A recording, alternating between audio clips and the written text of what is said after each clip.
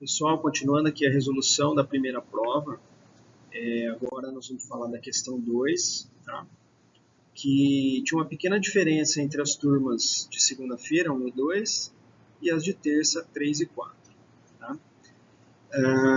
Então, para as turmas 1 e 2, a questão era a seguinte: uma espécie de planta daninha está iniciando o processo de invasão de uma área.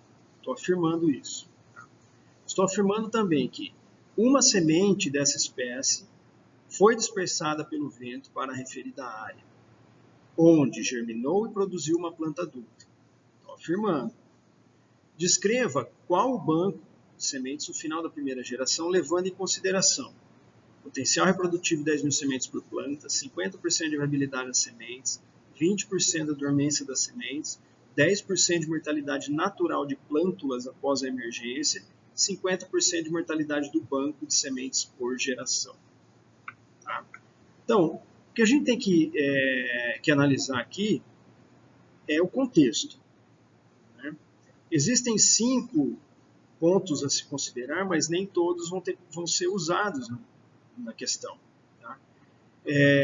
Se eu quero saber o banco no final da primeira geração, eu não preciso saber, não tem necessidade de eu saber dormência, não tem necessidade de eu saber mortalidade natural de plântulas após a emergência, né? Porque eu já falei que uma planta chegou na área e se tornou adulta, e eu não preciso saber também a mortalidade do banco por geração, porque eu quero saber o banco inicial que foi formado na primeira geração.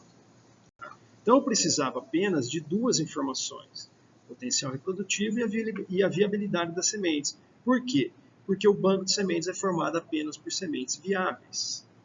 Tá? Não importa se elas são dormentes ou não. Então a história é a seguinte: eu tenho uma semente que vai chegar numa área nova pelo vento, tá? No processo inicial de invasão.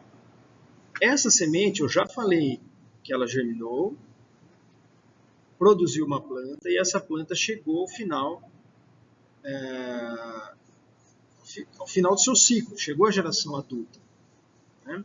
Então, essa planta adulta, ela tem um potencial produtivo, 10.000 sementes. Então, ela vai produzir 10.000 sementes. Só que dessas 10.000 sementes, somente metade é viável. Né? Ou seja, 50% não é viável, então não vai fazer parte do banco.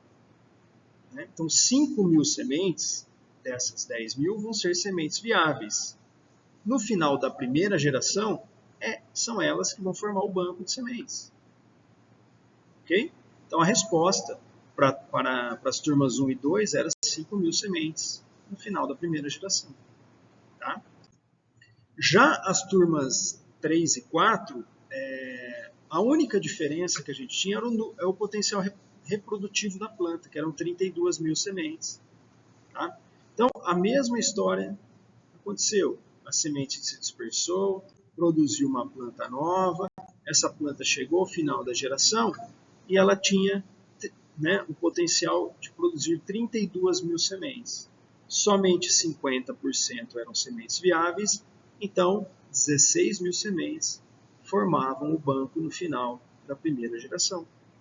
Apenas isso.